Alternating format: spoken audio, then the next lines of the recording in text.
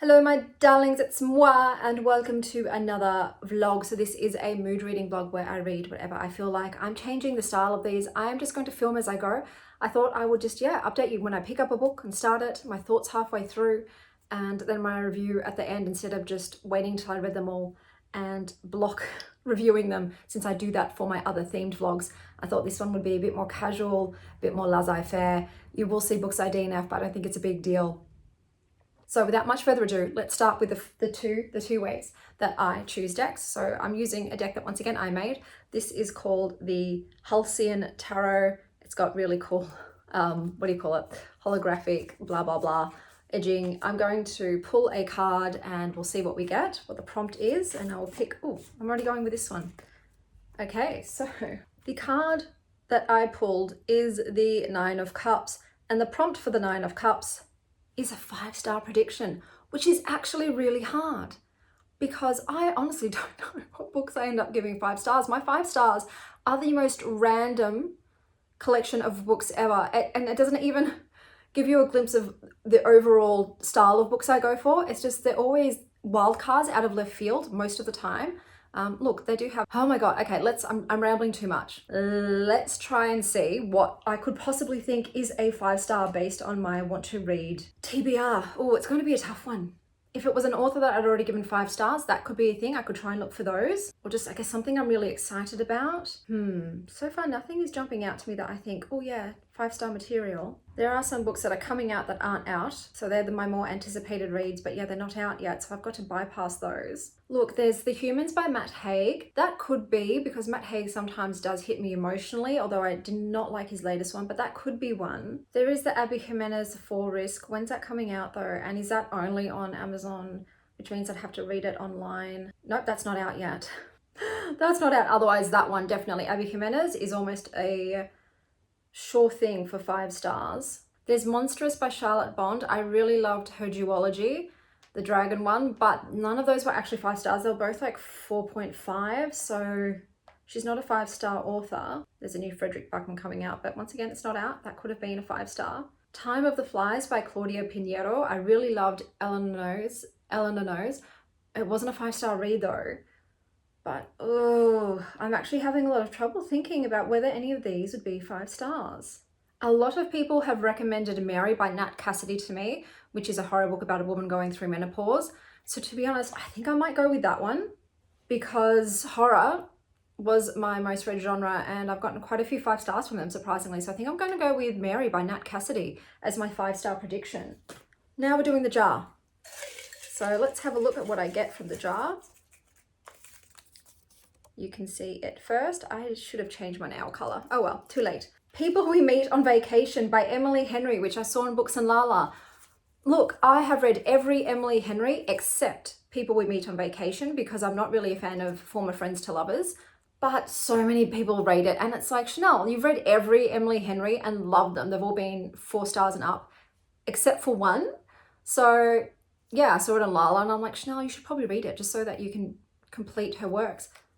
That could end up being 5 stars. So those are 2 books that I will be reading.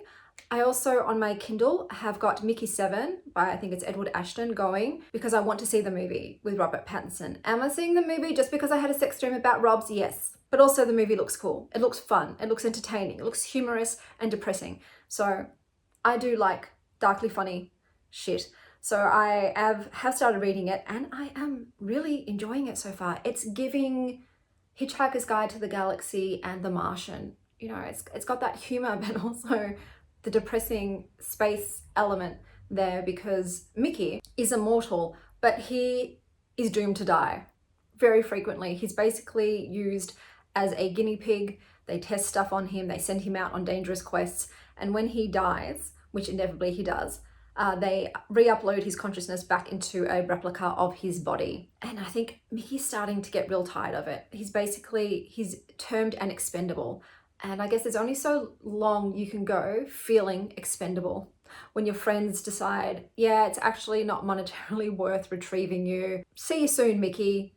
And Mickey's like, but I'm going to die. I have to die. And they're like, yeah, but then you'll wake up in the lab. But he's like, that doesn't change the fact that I'm going to die a painful death alone. So that's the vibes. I'm loving it. He's currently on an island where there are these giant centipede creepers, and oh, I think it might be a spoiler. Maybe it's not a spoiler. If it is, I'll delete it. But basically, his team thought he was going to die, so they left him there, and they've re-uploaded him in Mickey 8. But Mickey 7 made it through, and Mickey 7 has now come face to face with Mickey 8, and they don't like having doubles. So we'll see what happens, but yeah, I'm really enjoying it. Today, I'm heading to the CBD. I'm going to go to this fancy restaurant. I was meant to go with Phoebe, my cousin, but she's got a new job starting today, so yay for her. It's fine. I'm going to bring a book, and then I'm probably going to check out the indie bookstores around there. So these are just more mainstream bookstores. Even though they're indie, they don't really have the weird stuff, but I still want to see if I can find more of my 5-star books so I can add them to my shelf. And then I'm going to hit this place that supposedly has the best matcha ever, and I'm like, this is why I dress this way, in honor of matcha, because I love matcha. And then I'm going to take some treats to bring home to my kids, and then I've got to pick up my kids. So that's what's on today. Oh my God, I think my kid has an expo on today. I have to remember, Chanel, remember that you have to go to the expo at pickup time. But I'll see you guys when I return.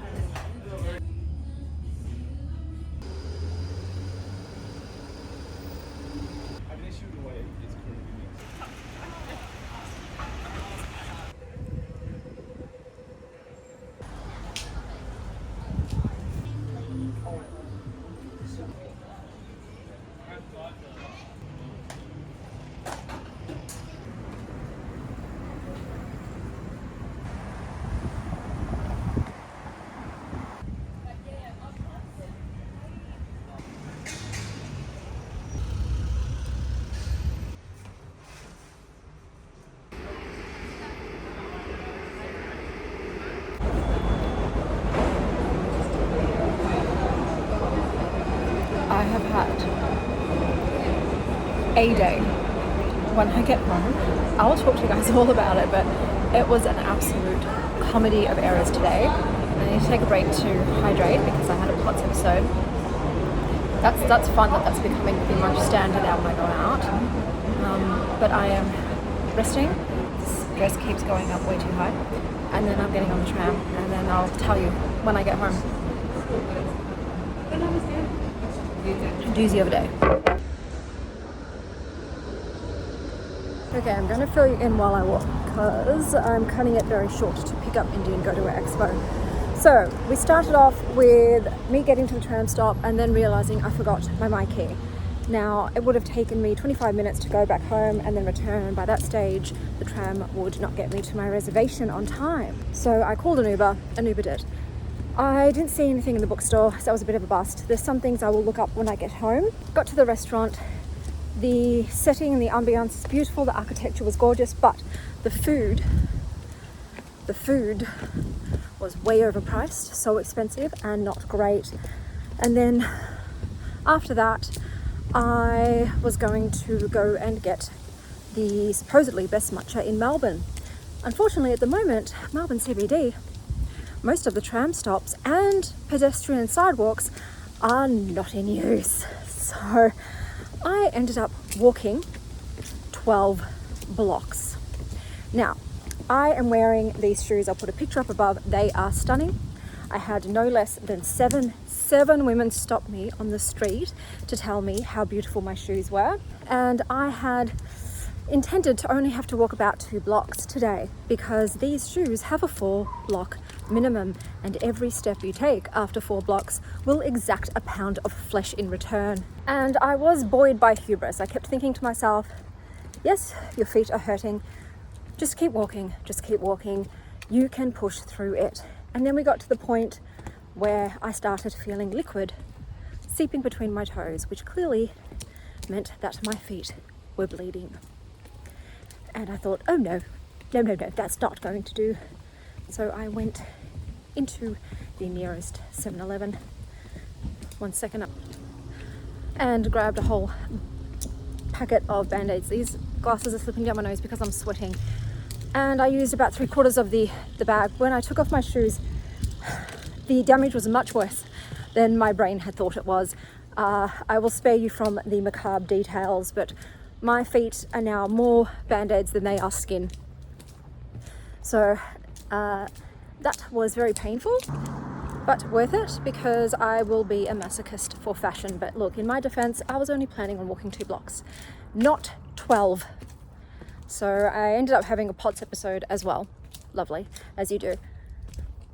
And I had to duck into a cafe to regroup. So it was a bit full on. Nothing went to plan, unfortunately. And I have to get ready to go to Indies Expo. But that's everything for today. I might go to the library later and I'll include footage if I do. Until next time, stay wild, Star Child.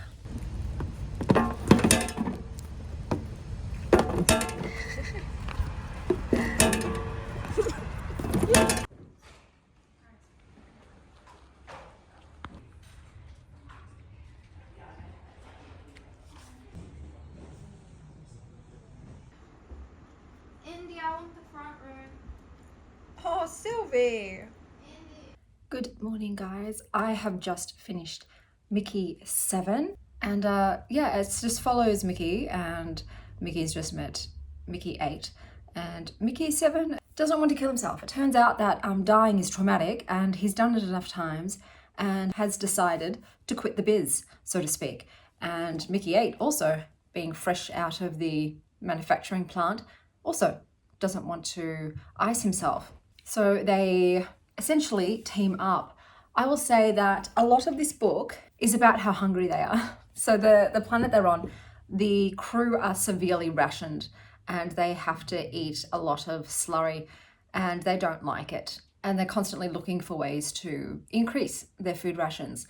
And Mickey's a bit worried that they might not revive him, replicate him the next time he dies, because it is so protein and material intensive and they want that for food production. So he and Nate decide to sort of disregard their orders and do what they have to survive. So this book mostly centers on the current issue this human expedition is having with the natives on the planet, these centipede-like creatures, and thus far Mickey is the only one who's actually had a first encounter, a face-to-face encounter with them and has communicated with them. So he becomes invaluable in a certain way. I won't tell you much more because I don't want to spoil the plot.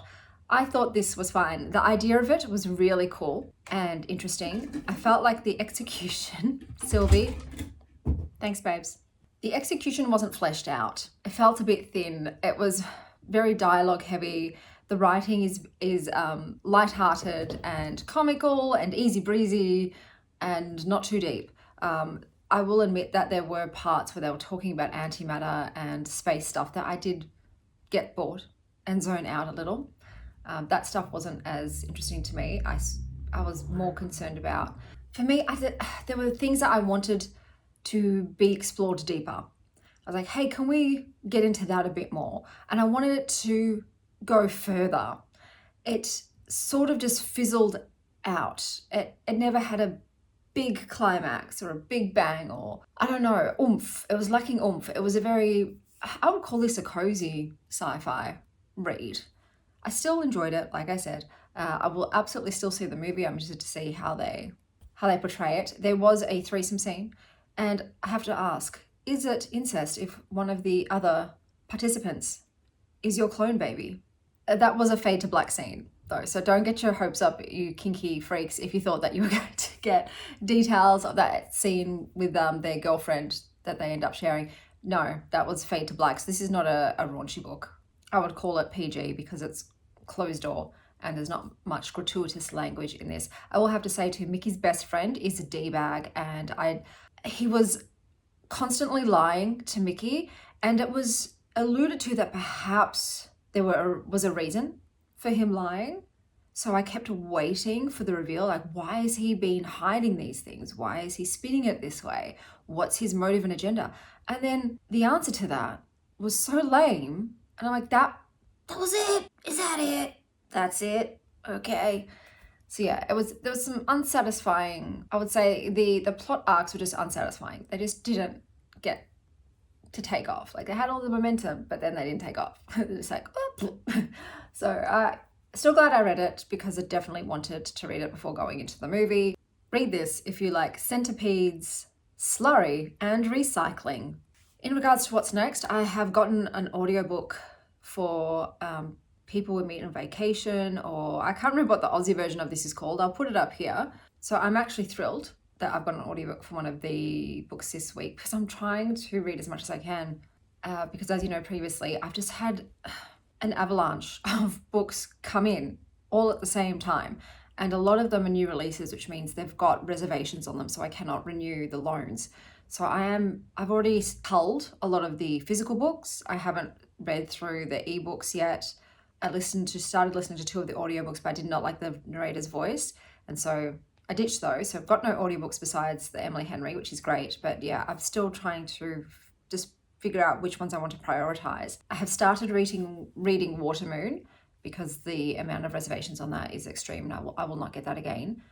So far, it's okay. I've read 2 chapters, and it's about a young woman who lives with her disapproving father. He's a bit of a stick in the mud. Her mother was killed for violating a law. They are other kind of beings that run a pawn shop where they purchase people's, is it regrets, or is it sort of regrets, grudges, guilt, things of that vein, and the people give it to them and they give them something in return, and the people leave lighter. So we still don't know the understanding of the magic system in this. We've just been introduced to people who thought they were going into a ramen shop and then found out, no, I'm here to do some shadow work and therapy, basically. And we've just sort of touched upon the relationship between father and daughter, which is just one where she's constantly vying for his approval and he ain't given it. So yeah, at the moment it's quiet, and I will continue on. So I will give it 100 pages. I tend to give fantasy type things 100 pages to get going, and then I'll decide.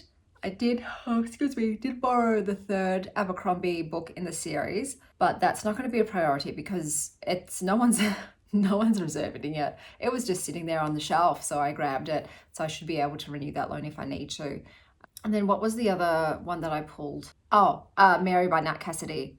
So obviously that's a priority as well, because that was the tarot card pull. So I might start reading Mary, continue on with Watermoon physically, and then listen to the Emily Henry on audiobook. So those will be the next 3 books, and you should get an update for one of those next. But otherwise today I am staying home. I have to clean up the house and do all of the life admin stuff that I haven't done this week because I've been going out every day. I am going to the doctor's next week. I've been losing my voice a lot, and I've constantly felt like I'm fighting something off, but I've never gotten sick. So it is ringing alarm bells in the back of my head. So I finally am getting the courage to go and get another blood test. I'm sure it'll be fine. I'm sure it'll just go as planned, smoothly, without hiccup, just a regular blood test. But just even the thought of it makes me want to throw up, and I get panicky. So I'm a bit worried about how I'll go once the person comes towards me with a needle. I'm going to go to a different blood clinic, just so at least I'm not in the same room that I was last time the lady had the accident when she was taking my blood. So that way, hopefully that will not trigger me being in that exact, chair and floor where I was lying. But I know I've almost got something on every single day. So yeah, today is my only home day for the next week. And that's a lot for someone who, has chronic illness and is a introverted homebody. My feet are doing much better, if you're curious. They're not so shredded. I did minister some first aid upon them and they are healing well. But see you soon. Picking some rosemary for dinner today. My yayaz bush that she planted.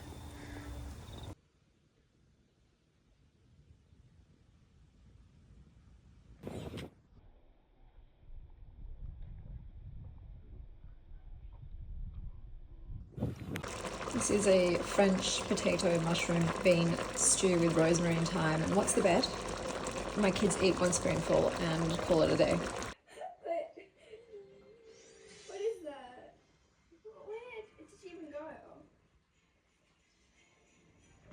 Okay, I'm coming in with a reading update. So I did read 100 pages of Mary by Nat Cassidy. So basically you have Mary who's turning 50 and she's a bit of an odd duck, but the worst C word that you can call a woman is crazy. So let's not call her crazy. She has these porcelain dolls that she refers to as the loved ones. There is a lot of capitalization of words in this book, which I wasn't loving that style choice.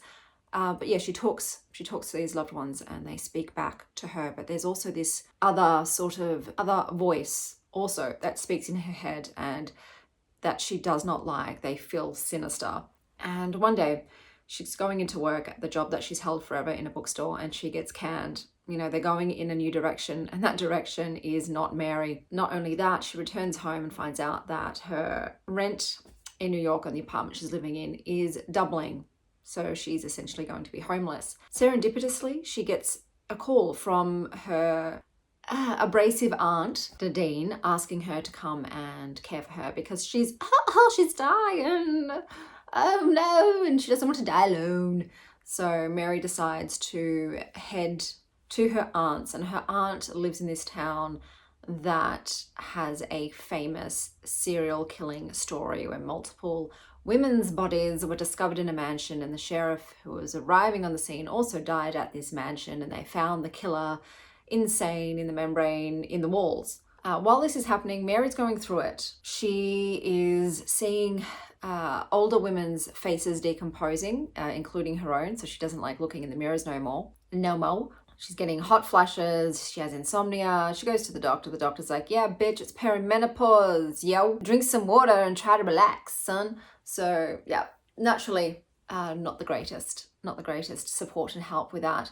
But she does feel like she is somewhat losing her mind with all of the hallucinations. So there's a lot of body horror in this one, a lot of ants and insects. She's also unknowingly auto-writing really creepy shit that is actually mirroring the dead serial killer's work. The book was giving me Night Bitch in a way. I did not enjoy it. I did not like the writing. I did not like Mary. I didn't just like the story in general. I thought Mary was very boring and immature and not a main character I could get behind. I was just not getting empowered women vibes, which is I thought what this book would give. But yeah, as I said, the capitalization of the words and just the writing style. Sorry, thought we were vibing. We weren't vibing, so I decided to read some reviews as well. This does include a lot of animal death and SA, and some things that other reviewers said without spoiling it solidified my choice to DNF it, so I am DNFing that one. I have been listening to You and Me on Vacation, I think that's what it's called in Australia, and in this one we have our FMC Poppy, and she has millennial ennui. She's bored with her dream travel job.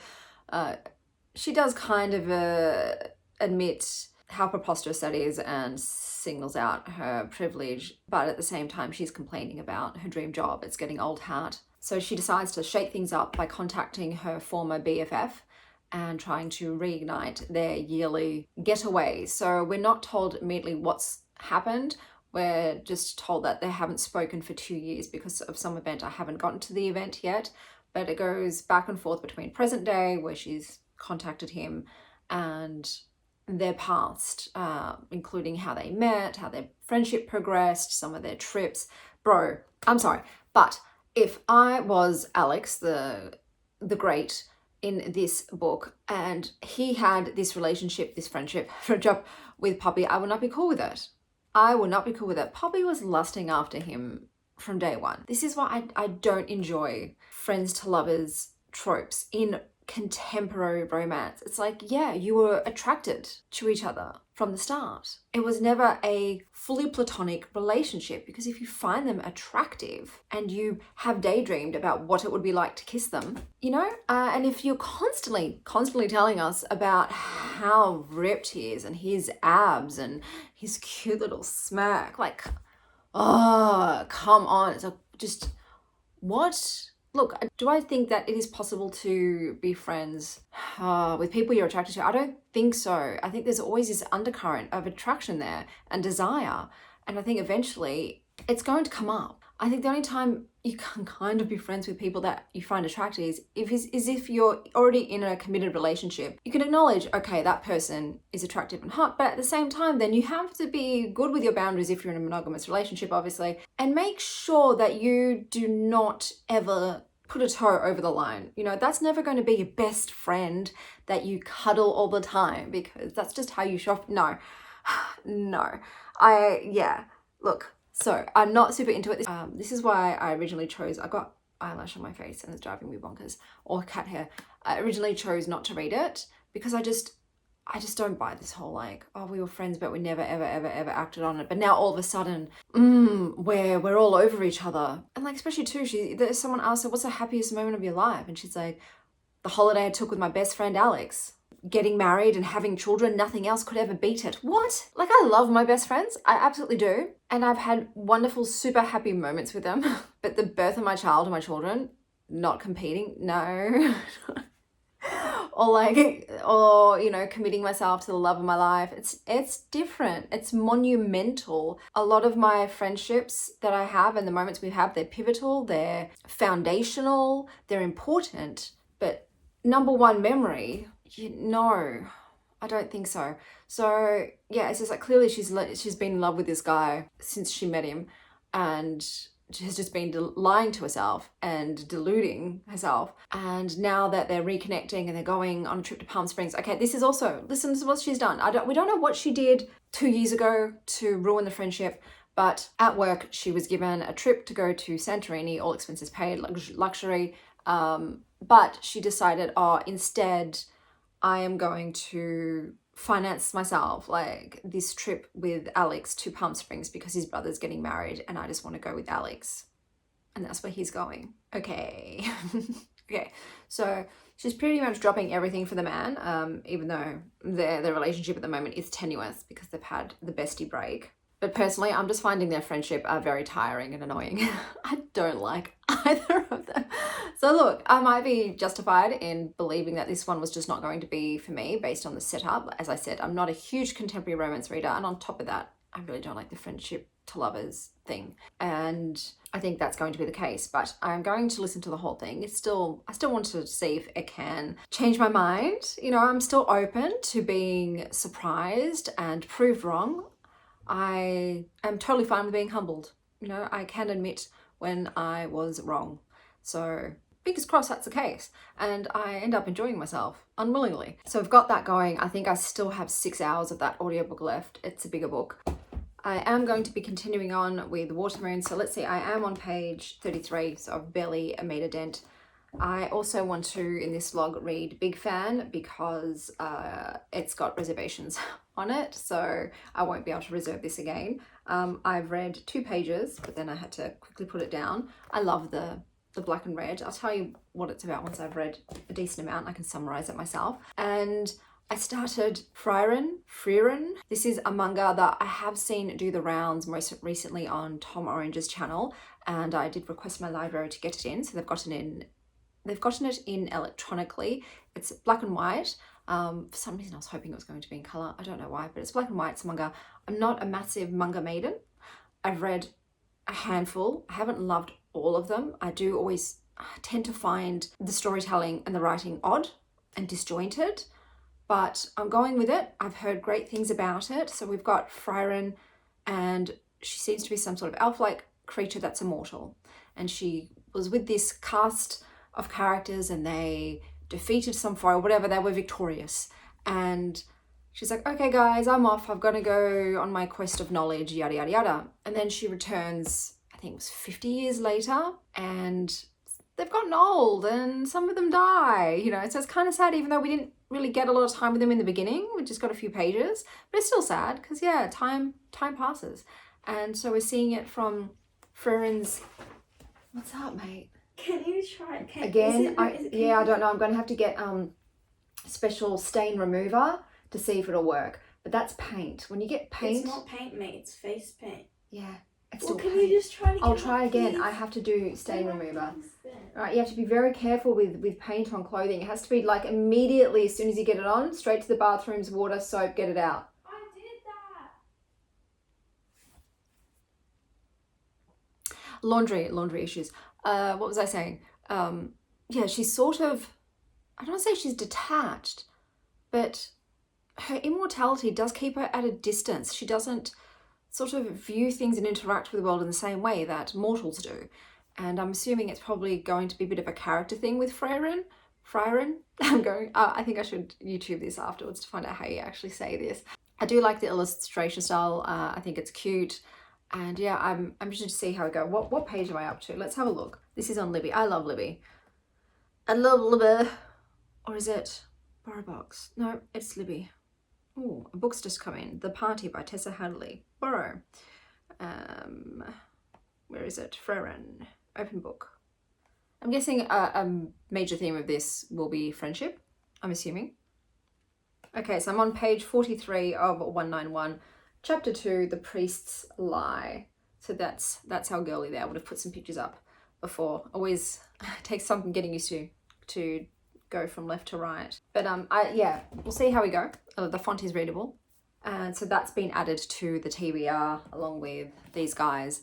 I should definitely find something to read ebook wise. So I'll have a look at my current holds, what I've got as the ebook, and pick something. But this one's probably going to be a bit chunky. I'm probably going to space the filming of this over a week because like I said, I'm trying to read as many books as I can before they have to go back to the library. And I've started filming concurrently. So with the mood vlogs, they are going longer and they're taking me longer to film. And then in between, I'll just dedicate one day to my themed vlogs and I will read ravenously. So I'll literally use that entire day just to read so I can film those vlogs. My kids are finally going to the dads after having them for 20 days, which was wonderful. It was an experience. They loved not having to pack a bag and go to the dads, but I am very much looking forward to eventually, after I drop them off at lunch, having the rest of the day to myself.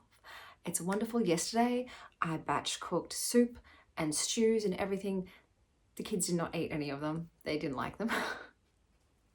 They're very particular in their tastes. And that way, I'm not going to be cooking for quite a while. So tonight and everything, I've already done all the housework. Everything's done. I can just relax. So I'm hoping to get a lot of reading done today. That being said, there's a ton of videos that are backlogged on YouTube. Everyone's just been posting voraciously, which is fantastic. Wonderful. It just means that there's a lot that I have to watch and read. You know, this is so much art to consume. What a wonderful issue to have. But yeah, it can be overwhelming. It's like, what do I taste first?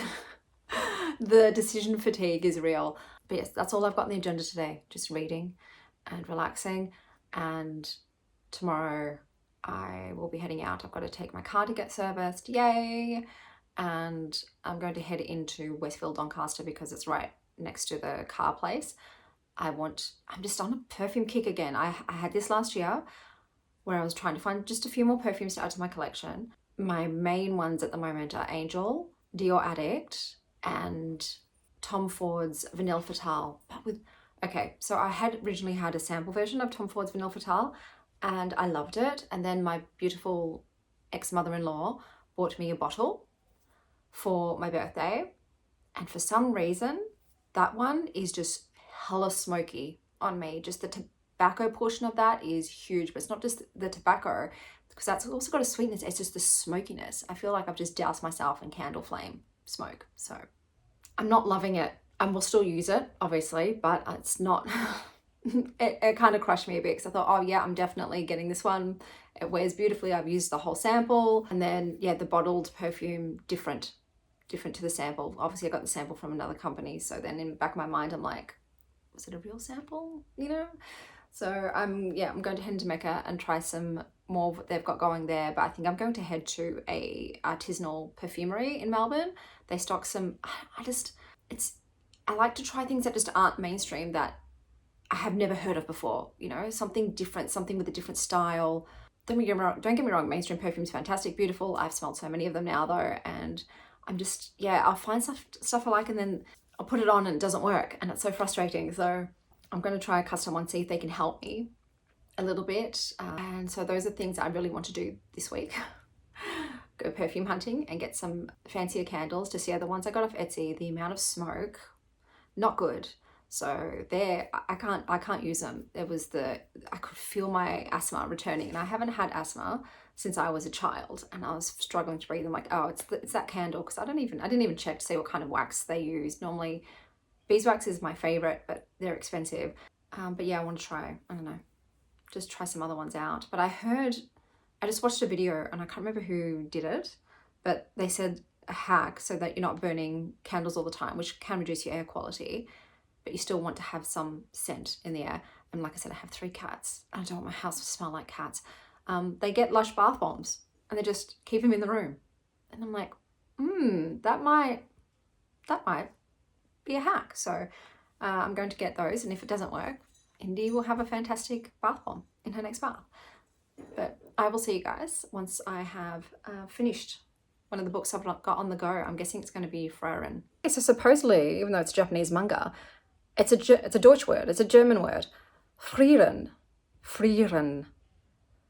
is the word, but I guess more anglicized would be Frieren. So Frieren. Just had so many good lines. Beautiful day, Elizabeth. Completely conducive to contemplating cozy, charismatic country cottages. Okay, I just finished Frieren. All right, it got me. Oh my God. So yeah, it's mostly, I guess, about friendship and love and loss and grief and remembering and honoring the people that were in your life and the relationships you had and the memories you had and the way that they shape you. And obviously it's centering on Frieren, and she might come across as cold and, like I said, distant and detached, but just because she's not human doesn't mean she still doesn't feel things, especially towards others. It doesn't mean that she's immune to attachment, even though she is, sort of, like I said, out of time and space. Because she's immortal, she doesn't see time in the same way as mortals do. It doesn't hold that weight. Time passing is like nothing to her. So she ends up, like I said, she's seeing her former friends or warriors, men in arms, and yeah, they're all dying and getting old, and she comes to the corrupted priest, and he sort of tricks her into getting an apprentice named Fern. And so now she's got her apprentice, and they stop by a village, in the scene where she tries to go and find the blue moon weed so that she can make a garland out of it for Himmel, the hero. And then we get to see, I'm gonna cry, we get to see the little flashbacks of her and Himmel. Obviously I'm dying for those, their friendship, and it seems like he might have had a bit of a crush on her. There was a scene about him telling off a boy who upskirted her, and I think he said, like, I would have wanted to see that. So I'll take my glasses off because they're glaring, but yeah, like she does come across as non-emotional, and yet her actions show that she does care, even if she doesn't understand why or how she cares. And when Fern said, when she was getting the flowers, she'd spent all these years trying to find these flowers so she could put them on her friend's head. And Fern said, it was a nice thing that you did for Himmel. And she's like, I didn't do it for him. I think I did it for myself. Like, she's kind of learning about herself through these humans and discovering things that she might not have realized how she is. It's just finished, and it's finished in a way I am going to continue on with it, even though, like I said, I don't particularly love manga as a style of story delivery. It's harder for me to consume, but she's just come across one of her other friends too, who's still alive. He's like, I'm not going to die yet. He's giving very big Gimli vibes. And he's reminded her of her former master, who I believe has like death or resurrection magic, or allows you to be able to speak to the dead. So I think like she might speak to him all and might say some things that maybe she should have said to him when he was still alive. I'd say, yeah, read it if you like meteor showers, flower garlands, and the movie Willow. It was giving me Willow vibes as well.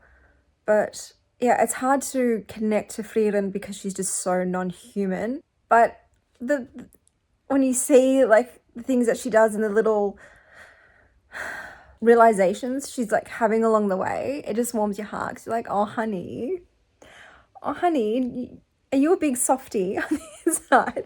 Do you care about these little humans with their short lifespans? But I don't know how much I'm going to be able to update today. My voice has just come back. I lost it for over an hour. It's still a bit croaky.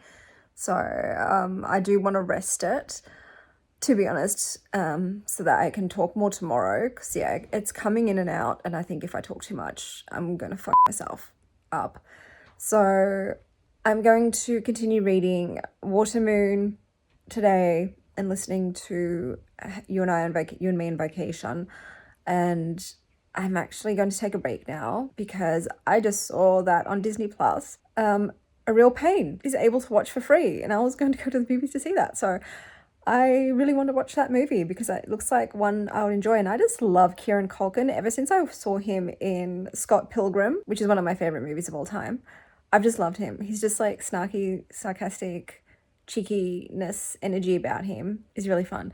So I'm going to watch that movie. I'm really happy that I cooked yesterday. I'm going to have some stew and then I'll do some more reading later. But yeah, Frieren, really good. It's my favorite manga that I have read.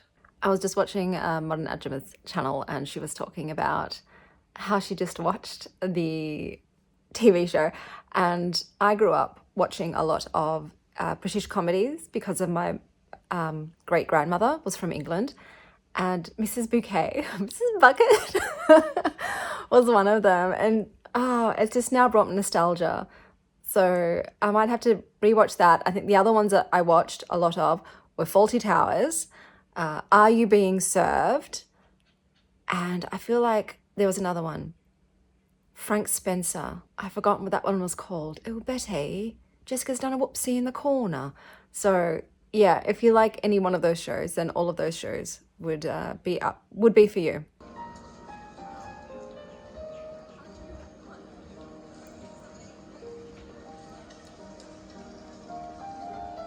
She was the fucking coolest, right? I mean, I've just been like in a real funk, I guess, since she died. Just haven't.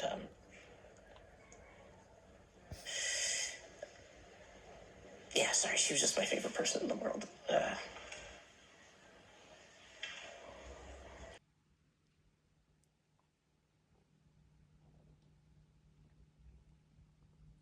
Here's Sylvia. I've got Sylvia on my lap, guys. So I did finish some books yesterday. I read Drag Queens Down Under by Art Simone. So this is beautifully formatted. The photography is absolutely gorgeous. I'll show you how it's structured. So we've got Art Simone here. So each drag queen or king has their own profile. So you've got a picture and then their name with a little quote that they choose to represent themselves. And then we've got a bio. So some of them were written by the drag queens and kings themselves, some were not. We've got a quick drag here. So this is a little snapshot of a few different questions. They're not the same for every person that's in here, so they do change, but it's really fun if you just want to read a little quick tidbit, but otherwise they tell their stories.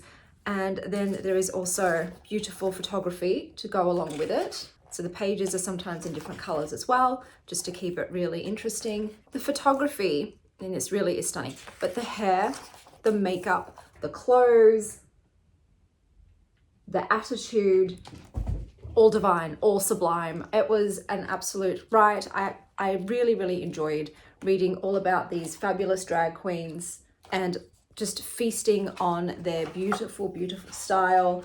Like the amount of inspiration that I have gotten, so much, too much, you might say. I think this was really well done. The formatting was gorgeous. It makes it really enjoyable and easy to read. And I think it's a fantastic book about dazzling Australian based, because not all of them are from Australia, drag queens and kings. Then this is the book for you. Read it. I'm going to put that down because it's the glare. Read it if you like rainbows, glitter and hot pink lipstick. But yeah, I thoroughly enjoyed reading that. But I love drag queens and kings and their style. The skill and artistry I'm in awe. I did also finish You and Me on Vacation by Emily Henry last night. Yeah, I didn't enjoy it. There was a scene too where they're looking at each other's Tinders and they're both like, I'd swipe right on you. And then nothing happens. These guys, and then you find out the reason why they haven't spoken for 2 years. What clowns? What clowns, bro? How old are you? Oh, you're old, you're an adult, and you didn't have a conversation? You just didn't speak to each other for 2 years because of that? Because of that? No, they're not friends to lovers. They were never friends. They were both in love with each other from the start. So this is why I don't like contemporary friends to lovers romances. Okay, most of the time they always fancied each other. They were always attracted. They just chose not to do anything about it. They just chose to keep it to themselves. And then both of them cock-blocked each other from their other relationships. They were so stupid. Okay, they were stupid. I felt for both of their partners at any times in their lives because no one could compete because they were in love with each other. They were jealous of anybody else that would try to compete for each other's affection because they're not just friends. So I didn't like it. Sam, I am. And I am going to steer clear from typical friends to lovers contemporary romances. I think the only one that I enjoyed was Summer Romance by Annabelle Monaghan, but that's because they didn't see each other since they were children. Since they were like 10 years old, they hadn't seen each other. So when they see each other as adults, there's instant attraction and they jump on it. They weren't fighting it their whole lives. They just knew each other as kids. That's the only time I can probably do friends, and they weren't even friends. She was best friends with his sister. He was just her best friend's brother. Different dynamic, but this whole, we're each other's best friends and we cuddle and we tell each other everything and our happiest moments together. Go off with that shit, okay? You're not friends. So that was that book. Sometimes my instincts are correct. I didn't want to be proven right, but I was. I just realized I forgot to say my read it if you like. So even though I did not enjoy You and Me on Vacation, lots of people do. So read it if you like being on theme, puppy dog face, and codependent friendships. So next up, I am going to be reading Big Fan by Alexandra Romanov. So I'm taking this with me while I drop my car in to be serviced and then pop into Westfield to grab some things, have a browse, have some breakfast because I'm really hungry, and I thought, why cook for myself when I can buy a pre-made breakfast for triple the price? Anyway, Bluebell. I will then catch a bus home and relax and read and edit and work. Oh my god, I have to work. I forgot today is actually Monday. I do have to make money, so I will be trading. But yeah, I will see you guys the next time I have finished a book. Oh, I forgot to mention, Frieren 2 became available. So I'm probably going to read that as well for this reading vlog because it's available right now.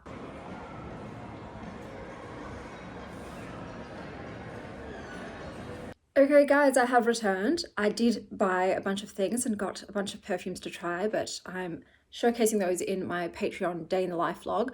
But I did get a gloss in the colour Sesame by Tower 28, which I'm currently trying. And I do like the consistency. It's not sticky and it's got a nice sheen to it. So pretty happy. I'll try it without lipstick on underneath to see what it's like on its own. But I've tried a few Tower 28 products now and I'm quite liking them. But I digress. Oh, no. I'm here to tell you about my reading. So, no, Bubbles is going to go. Bubbles. So I have read up to page 20 of Big Fan, and I can tell you a bit about it now. So the main character, Maya, is sort of, I guess, a political campaign person. She helps politicians, and she's going through a very high-profile divorce with her ex-husband, who is in a political powerhouse family. But she's trying to get back into the swing of it, trying to get rehired again. And at the same time, she's just been contacted by a PR person for a pop star that she was obsessed with when she was a teenager, and she launched a fan base for. And it seems like he's wanting to get into charity work, and she just can't believe her luck.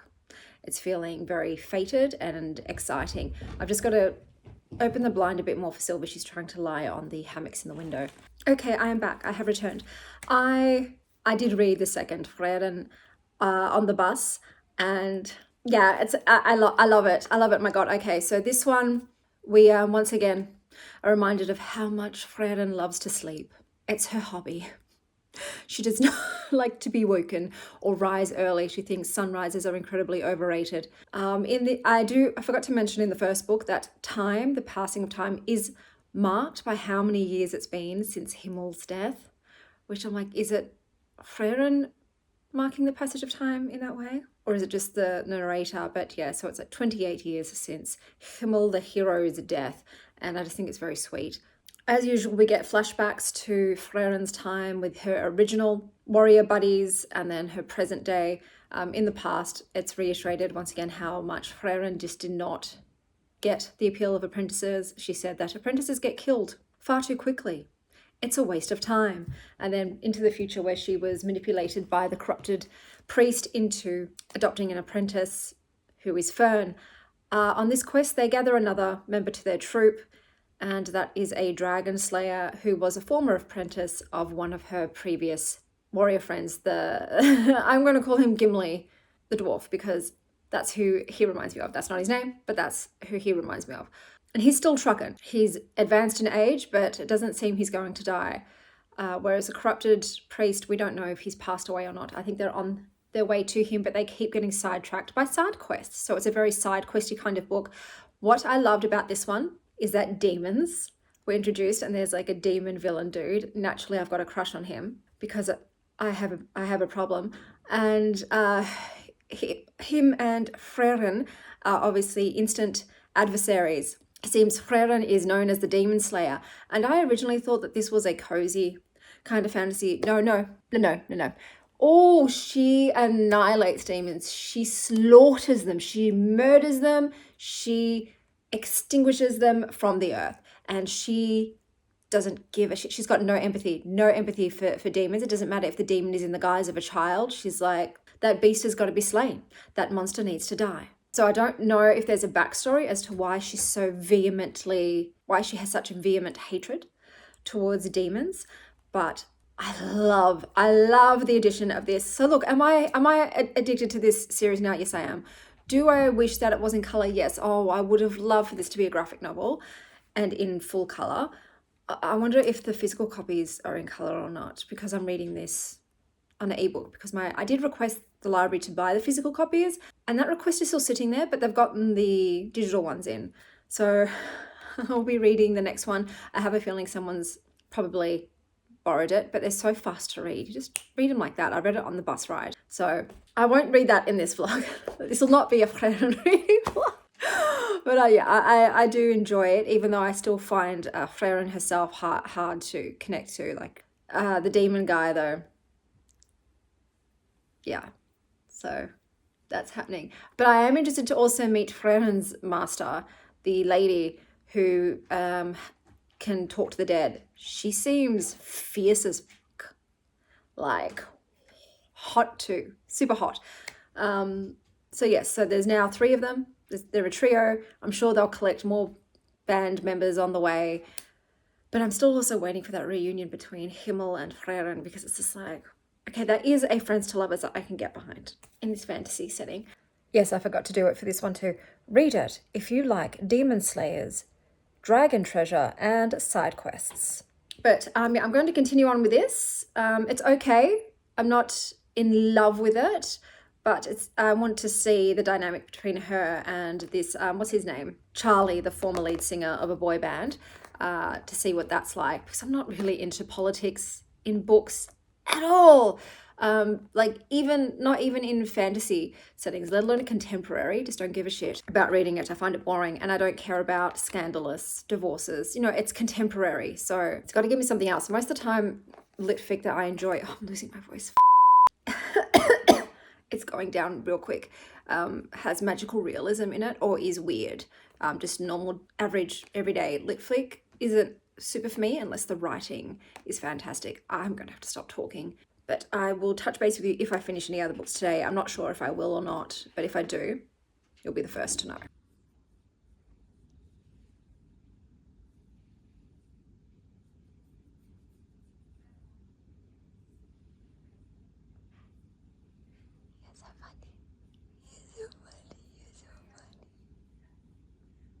Another day, another book read, guys. So I did finish reading Watermoon by Samantha Soto Yambao. So as we continued on, what happened is our FMC Hannah, she came back to the store one day. Everything was in disarray and her father was missing. And then a young man walks into the shop and offers to help her, even though he is a human, and she accepts his help. And then they sort of go out throughout their world trying to find her father and the mystery of what happened to her mother. The way that the story was told and sort of the world and the setting it was in did remind me of Stardust, the movie, and Slumberland. It had those kind of like dreamy, watery, surreal vibes. It ended up being a lot darker than I thought it was going to be, with what the sort of governing authority of her world were doing. My favorite element of this was the Library of the Lost, where unsent love letters and abandoned stories and lost childhood diaries go to live. I thought that was adorable. I really liked the idea of this book. I just didn't feel that it came together well or as a really strong, cohesive story. It just felt, very watercolory, wishy-washy, and so there was nothing tangible for me to sink my teeth into. I also severely disliked the romance, and I have heard a lot of people say this, and I was thinking, why would the romance be a negative? It is. It felt very forced, very shoehorned in, jammed down your throat. You just didn't buy it. It was very insta-love. There was no chemistry between these two people. And then all of a sudden we're getting raunchy sex scenes. It's like, what is happening? I don't understand. So yeah, it felt very out of place, and I didn't connect to any of the characters, not a single one in this book. And so therefore I didn't really there wasn't much stakes for me, because I didn't really care who lived or died, to be fair. So this ended up being a mediocre read, but read it if you like origami, tea, and memory pearls. I also then picked up Nora Goes Off Script by Annabelle Monaghan. Well, okay. So let me just tell you the plot first before I tell you my thoughts. The plot is about a 39-year-old divorced mother of two. Yep, can relate. Living in a house that needs a lot of renovation. She hasn't gone on a date, considered love for over a year. She's a writer. She's just written a book that's been turned into an A-list movie, and they've decided to film parts of the scenes on location at her house because this story was based on her marriage to her ex-husband. And the A-list star, I'm guessing, Brad Pitt level, or who I was thinking? I was thinking Captain America guy, Chris Evans, because this guy likes to smolder a lot. And it just reminded me of when he was playing a character that was an A-list movie star in Scott Pilgrim. So that's who I was seeing in my head, this dude. Well, he decides that he wants to live in a trailer parked on her lawn, and then he just goes into her house and sets up shop there. Just helps himself to her food, to her things. And even when filming wraps, he decides he wants to just stay with her and live a regular Joe life for a little while, to get a break. His mum died and he's not coping very well. And so he offers to pay her, and things progress very fucking fast. They're in love like a week later, professing their love. And then he dips to go lock down some sort of movie detail and ghosts her. And then she sort of fucking spirals a lot. And then things wrap up in a way where I was not satisfied. I was not happy, Jan.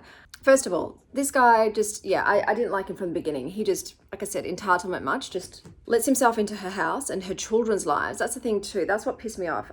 They become very enmeshed in the kids. And it's like the number one rule when you're a single parent and you're dating again is you protect your kids. You keep them separate from anything unless that romantic thing becomes a very solid, real future situation. You don't introduce them to some fucking dude you've only known for a week and like weave him into their lives and make them feel like, oh, this is the permanent situation now, he's staying, when you haven't had that discussion with this guy. So yeah, not only that, the story was very repetitive. It'd be like every day he'd ask her, so what are we doing today? And she'd be like, well, so-and-so's got basketball practice, and then we've got to go to the supermarket, and then we've got to head by the blah blah store, and then I've got to do some laundry, blah blah blah. Sweet. Next morning, so what's on for today? Oh, well, we've got to roast a chicken and blah blah. I don't know. The biggest gripe I had with this was the resolution. I was actually hoping we were going to go a different direction, just like her movie, where there isn't a happy ending, as in the douche dad husband doesn't return and she goes on with her life. I thought we were going to do this in the book, and I'm like, oh my God, yes. Realistic. She doesn't get back with movie star guy who couldn't even shoot her a please explain text, because I can't tell you what the miscommunication issue was and what caused them to be separated for 10 months without so much as a how do you do. But then when it's revealed what caused the rift, it's like so ridiculous. And he seems like the biggest tool on the planet. It's like, okay, man, you didn't think to seek any sort of clarification, or confirmation at all. You just took that as gospel and ran with it, and didn't bother to talk to her in any way whatsoever when you were telling her, I love you, you're the only woman I've ever loved. All right, mate. And then he screams at one of her children, and no. Just that's boom, done there. Done right there. You're a grown man and you're taking your shit out on this child for being a child, essentially. Fuck you, mate. So I didn't like this book. I didn't like it.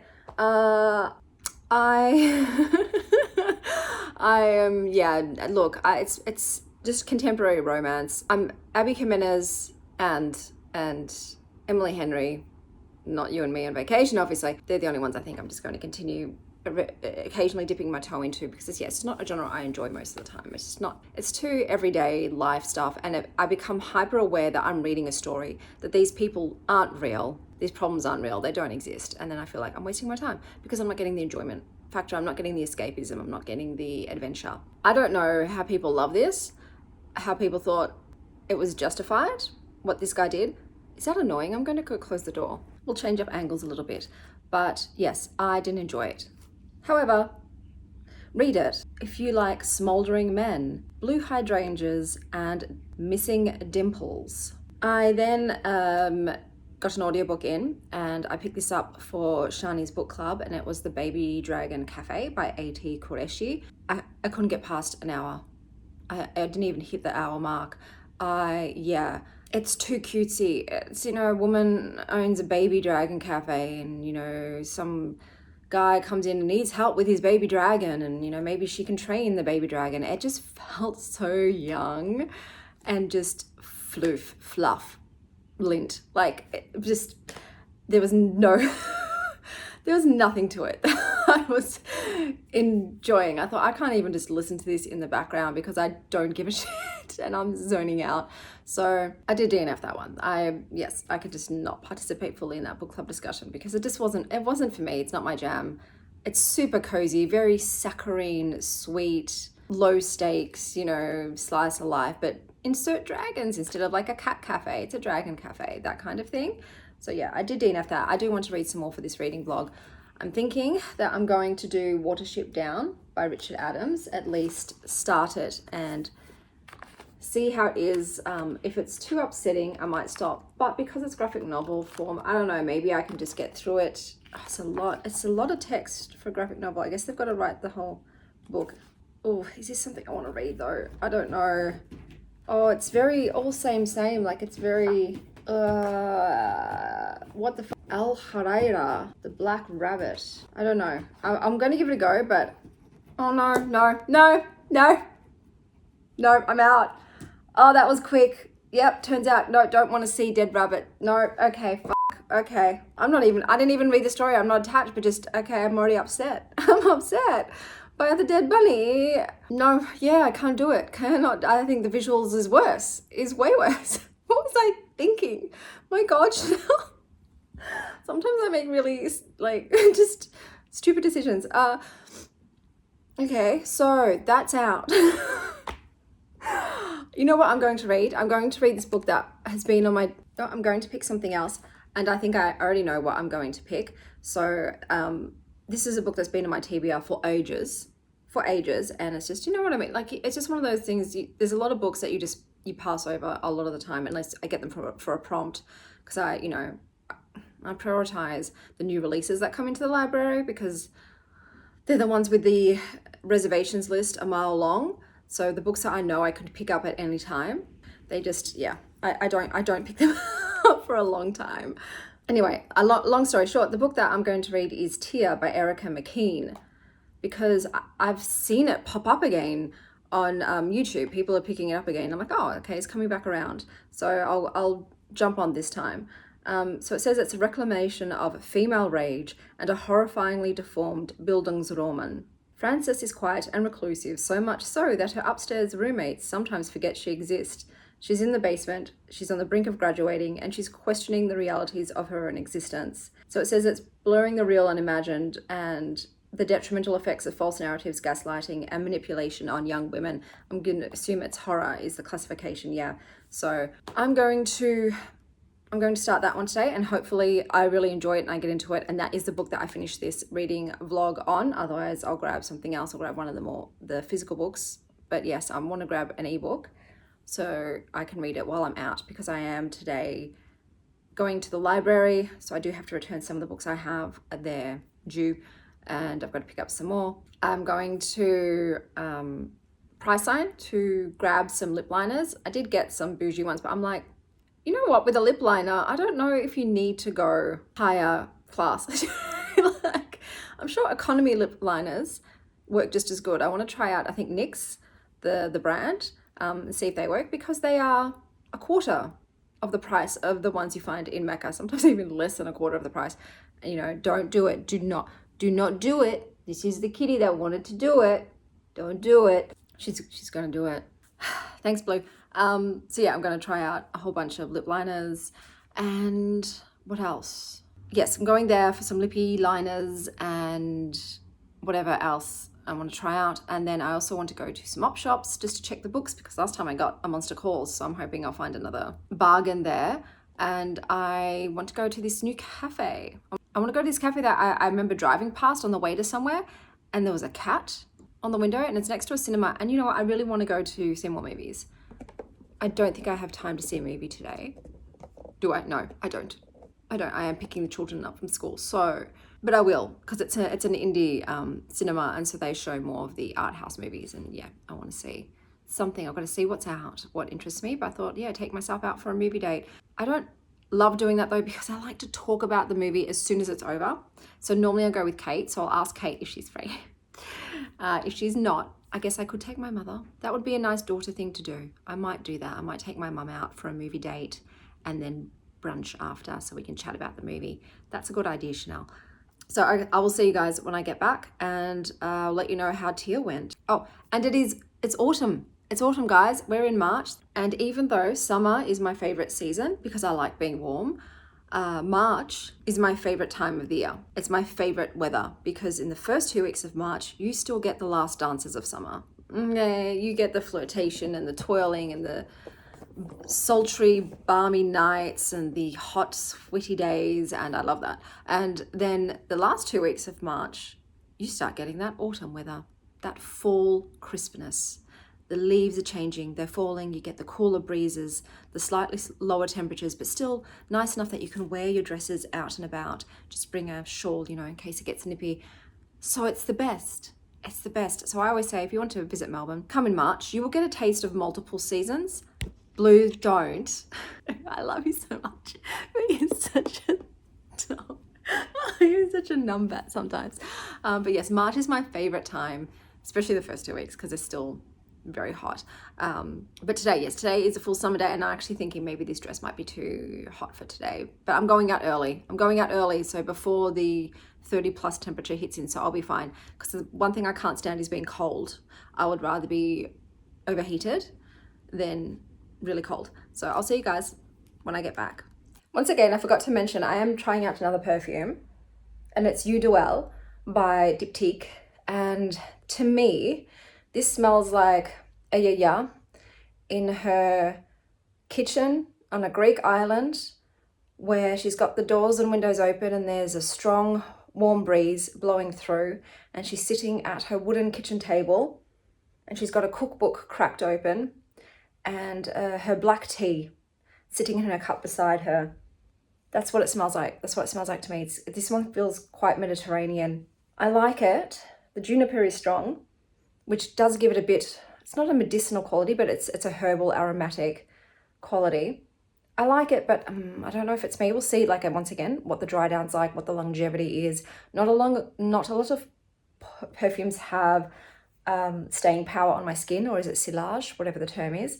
So most of the time, yeah, it doesn't matter how beautiful it is, if it's worn off and you can barely smell it after like a few hours, that turns me off. I want something that lingers on my skin and morphs and molds itself throughout the hours of the day into something else. And then even when I go to bed at night, I want to just get a kiss of a good night, so to speak, from the perfume. So they're my favorites. We'll see how it goes.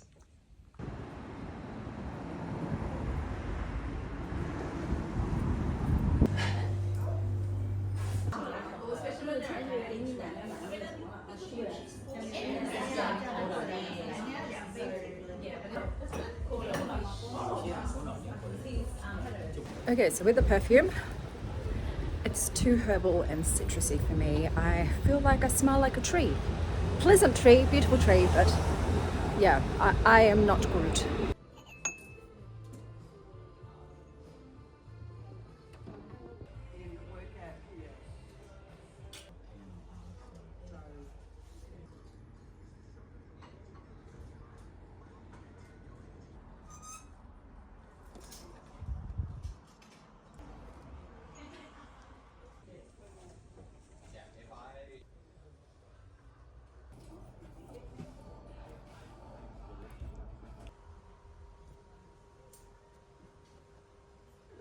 Okay guys, I am back, but oh my god, I absolutely scored at the local op shop. And I think that I'm going to go and hit some other charity op shops in really bougie suburbs, because obviously wealthy people can't be bothered trying to resell their items. They just dump them at these charity shops, and then you're sitting there with, I'm not joking, I'll show you in the next in the next vlog. So you'll have to see what I got, but just absolute bargains. And yeah, I think I'm going to do a whole day just op shopping. Forget the upper scale thrift stores that I go to in the really trendy, cool indie suburbs, because now that I've seen the difference in pricing, like the ones that go on consignment, they're so expensive to buy things there. And then the ones that people have just dumped at charity shops, the op shops don't give a shit that it's a label. They will sell it to you for $10 if it's a Marc Jacobs or whatever. They don't care about the label, and I think maybe they don't even know what the labels are. But I got so many good bargains. I'm sorry, I'm really hot. It's hot. But you're going to have to wait until the next vlog to see what I scored. And my library haul, my god, there was 20 books waiting for me. Oh, I am struggling. I'm struggling to read them all before having to take them back. I recently had a viewer tell me that everything in my house is like soft and cozy. Yes, after doing shrooms, everything has to be real soft. This rug, I get the most compliments for. Anybody that comes to my house and sits down on this rug will be like this. I am in heaven. Seriously, I highly recommend, besides chair, soft coverings and cushions, a soft rug. Like, it is a dream to do yoga, especially yin yoga, on this rug right here. But yes, I like touching soft, sensuous things. It makes me happy. Okay, so the book that I ended up picking up was Tarot by Jake Arthur. So this was obviously a library haul. And this is a book of poetry that is meant to be based on the tarot. The style of the poems, half of them are very medieval and half of them are contemporary. So I'll give you an example by just reading a fraction of two of them so you can see the different style. Okay, so here we have Tagus, or the Chariot card. So this is meant to be based on the Chariot card. Even in the child, I knew the man. He was one of those tyrants of the smash with an instinctive calculus for violence. There are such in every town to the outer sea. They lead packs of other boys to riot and ruin, beating dogs in the street and throwing bricks, or, if they are noble, devising complex ways to torture servants or, God forbid, their tutors. So we've got That's a more medieval style. There are ones that are even more sort of Old English-y than that. And then you've got the contemporary ones. So here we have Flaneur, or the Hanged Man. A coke habit and problems with Papa, 30 rings on his trunk already, and a bad case of affectation. He'd do a line and say, splendid. So, okay, as you know, I am a tarot lady, and everyone has their sort of own interpretations of tarot, and this is definitely this author's interpretations of the tarot cards. I didn't resonate with his meanings that he attributed to the cards. They did not make sense to me at all. I would have preferred that they weren't associated to the tarot cards. That did muddy my experience with it. So I would have rather have just read Palanquin instead of the Sun card, where my agency is very frantic. It goes everywhere, into other people, into their agency. This is called envy, hate, love. Even just that little bit alone is not the Sun card to me. That is not the Sun card. So I think that these tarot relations are incredibly abstract. And like I said, that, I don't know, it didn't work for me. So I thought this book was okay. And I'm quickly going to sum up all of the books that I read in this reading vlog and dole out the awards. I will have to get to Tia in the next reading vlog. I do want to read that book. So we'll start with, from least enjoyable to most enjoyable. Nora Goes Off Script by Annabelle Monaghan. And this wins the award for accepting the minimum in the form of aqua towels. You and Me on Vacation by Emily Henry. And this wins the award for being in extreme denial about your eventual romance. We then have Tarot by Jake Arthur, and this wins the award for most loosely inspired poems about tarot cards. Watermoon by Samantha Soto Yambao wins the award for most dreamy plot. Mickey 7 by Edward Ashton wins the award for most shit day at work. Drag Queens Down Under by Art Simone wins the award for too much fabulosity for one book. Girls, Frieren 1. Girls by Kanehito Yamada and Tsukasa Abe wins the award for honouring your departed friends. Look at Nova just observing. She never participates in the shenanigans of these two.